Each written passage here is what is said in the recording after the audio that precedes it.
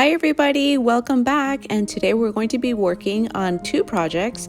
First, it's going to be this very large lamp we got for $5 at our local thrift shop, and then we're also going to be working on this little table which we got on Facebook Marketplace. So it's going to be a fun project day, and we're going to be working on this corner of the living room. I hope you enjoy. Little side vase is a vase that we're going to be styling with today, but I didn't show the DIY for this, and I just simply painted it black and put some little succulent inside.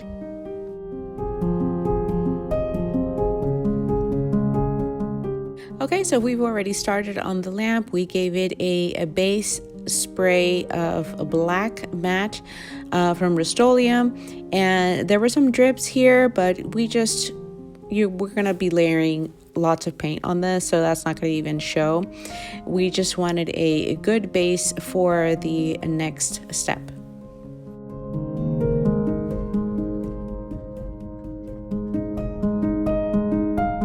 Here are some examples of the lamp or the look that I'm going for with Studio McGee, and this is also a restoration hardware piece that I saw.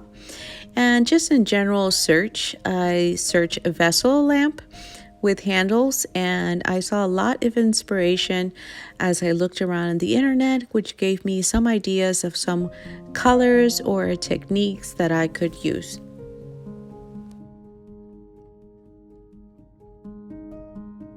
So here are the three colors that I used. I used pavement, pewter, and brown oxide.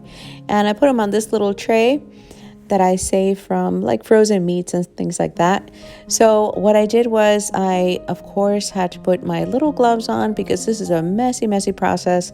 You want this getting under your nails. So I started just dabbing it on there, but I found that a method of dabbing and also going in circles to kind of hide where the paint finishes, so everything can pretty much blend together. Now the key for this is lots of layers. I found that the more layers, the more natural it looked, as if time has passed and it has changed colors because of the environment.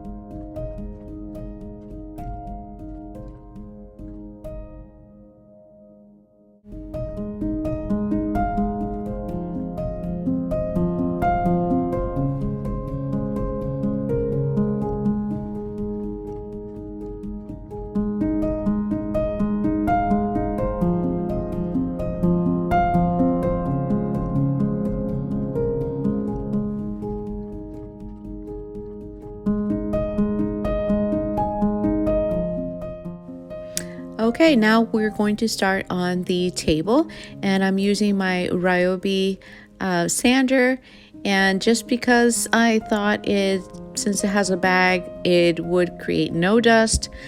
No, the whole garage was full of dust, and I really regretted using it in enclosed area, so don't do that. So here is the end look of the top. Now the bottom part, I really did not feel like sanding that, so I decided to give it kind of like a whitewash or a wood look. So the whitewash did not end up looking the way I wanted it to look, so I did take sort of a vanilla or light beige color, which would be the background for a wood look. So, and then on top I used my trusty glaze that I have used in other videos, just to give it that grain look.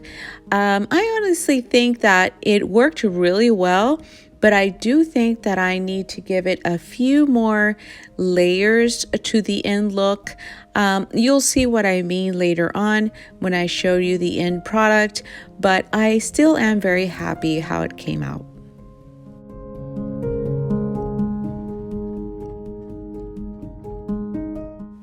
So here we have our little table that we got on Facebook Marketplace, and it was just dark, it was dingy, it was banged up, so I thought we'd give it a little makeover here.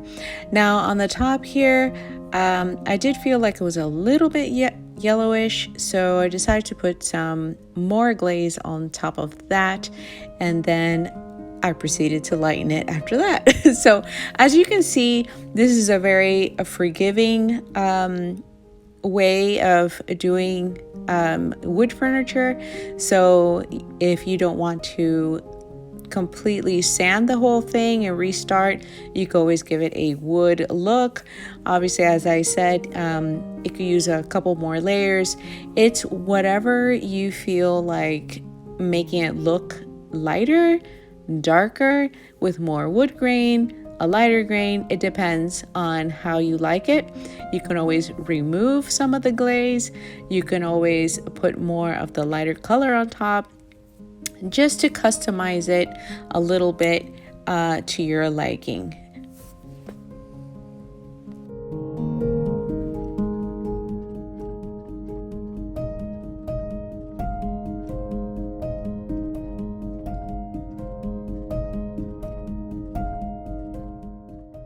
And here I am lightening it a little bit. As I said, it's a very customizable look.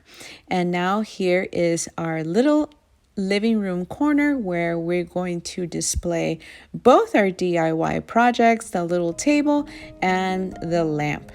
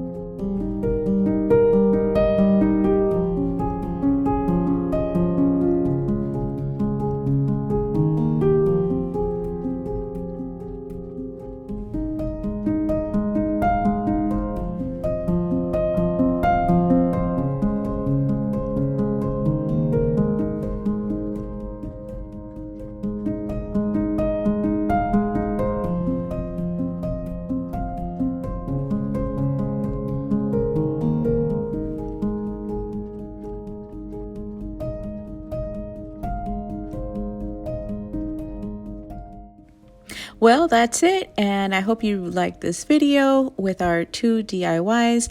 Please subscribe and let me know how you like these videos or what videos you prefer to see, and I'll leave you with some photos of our project. Take care, guys. Bye.